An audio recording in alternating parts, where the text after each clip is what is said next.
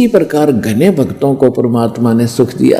एक जगह नहीं, एक दिन में 1000 जगह प्रकट होते थे कबीर भगवान, किसी रूप में, कहीं किसी साधु रूप में उनको ज्ञान देते थे, कहीं पर भी खड़े हो जाते थे और अपनी अमृतवाणी सुनाना शुरू कर देते थे।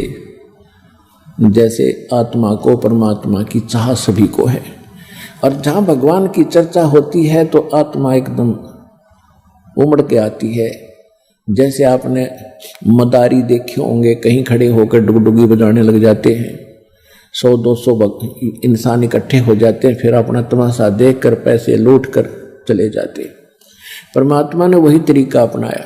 कहीं चौराहे पर खड़े हो जाते थे और खड़े होकर के इकतारा लेकर और क्या सुनाते थे, राम नाम रटते रहो जब तक घट में प्राण, कभू तो दीन दयाल के बनक पड़ेगी कान।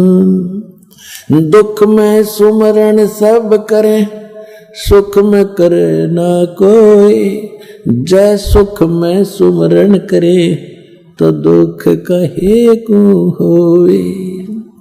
सुख में सुमरण किया नहीं, फिर दुख में करते याद, कहे कबीरता दास की कौन सुने फरियाद। पृथ्वी पति चकवे गए जिनके चक्र चलंत, ये रावण सरीखे कौन गिने ऐसे गए अनंत। सर्व सोने की लंका थी वो रावण से रणधीरम, एक पलक में राज विराजी फिर जम के पड़े जंजीरम। मन तो सुख के सागर बसरे है भाई और न ऐसा यश रे, मन तो सुख के सागर बसरे है भाई और न ऐसा यश रे।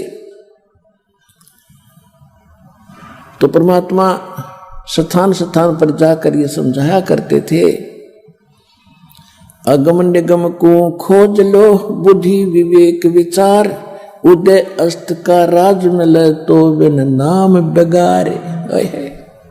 कबीरा सब जग निर्धना, धनवंता ना कोय, धनवंता सो जानिए जिस पर राम नाम धन होवे।